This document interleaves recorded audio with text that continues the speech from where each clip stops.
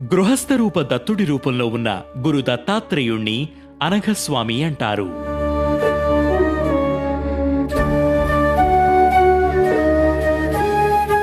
ఆయన భార్య అనఘాదేవి. ఈమె సాక్షాత్తు లక్ష్మీదేవి స్వరూపం. మార్గశిర బహుళ అష్టమి రోజున అనఘాదేవి వ్రతం చేస్తే లక్ష్మీ కటాక్షం సిద్ధిస్తుంది. ఇదొక పురాణ ప్రసిద్ధమైన వ్రతం. తూర్పు ఈశాన్యంలో వ్రతపీఠను వేసి వ్రతం చెయ్యాలి. ఈ వ్రతంలో 5 కథలు ఉంటాయి.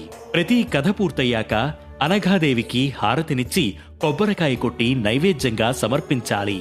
వ్రతం మొత్తం పూర్తయ్యాక పంచకార్జయాన్ని నైవేద్యంగా సమర్పించాలి.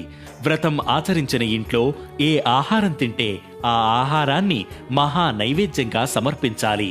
మరుసటి రోజున వ్రతానికి వాడిన పువ్వులు, ఆకులను నది లేదా చెరువులో విడిచిపెట్టాలి.